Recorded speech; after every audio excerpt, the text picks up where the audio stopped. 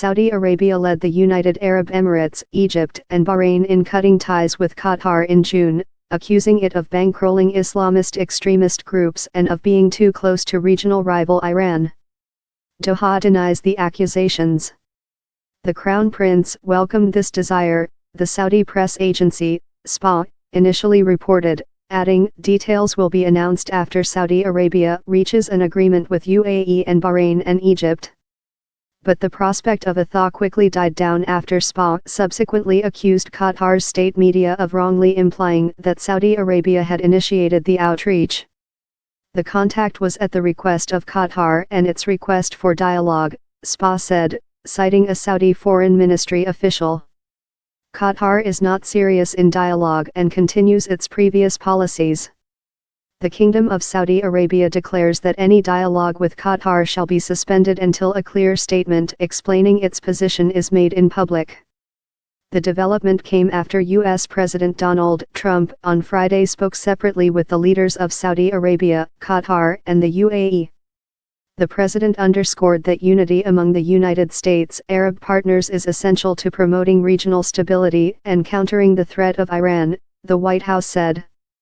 The president also emphasized that all countries must follow through on commitments to defeat terrorism, cut off funding for terrorist groups, and combat extremist ideology. When he offered to mediate, Trump said he believed the dispute could be solved fairly easily. Climb down from brinkmanship. Despite the deadlock, observers said the telephone call between the Qatari and Saudi rulers itself was a sign that tensions were dissipating. The fact that the telephone call took place and the offer of dialogue was made is significant in itself, said Christian Ulrichsen, a fellow at the Baker Institute for Public Policy at Rice University. But diplomatic efforts led by Kuwait, a key mediator in the crisis backed by Western powers, have so far failed to achieve a breakthrough. In Washington on Thursday, Kuwaiti Emir Sheikh Sabah Al Ahmed Al Sabah offered Trump an upbeat assessment of his efforts so far.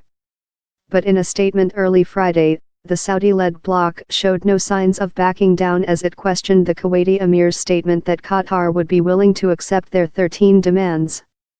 The demands include shutting Doha-based broadcaster Al Jazeera, closing a Turkish military base in the emirate, and downgrading Qatari diplomatic ties with Iran. The bloc also voiced regret about the Kuwaiti ruler's statement on the success of mediation in stopping military intervention. Instead, the four Arab states stressed that the military option has not been and will not be considered under any circumstances.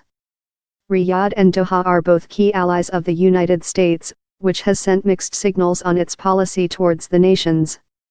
Trump, who chose Saudi Arabia for his first overseas visit as president in May, 2 weeks before the crisis erupted, immediately expressed staunch support for Saudi Arabia. Some other U.S. officials including Secretary of State Rex Tillerson adopted a more measured tone.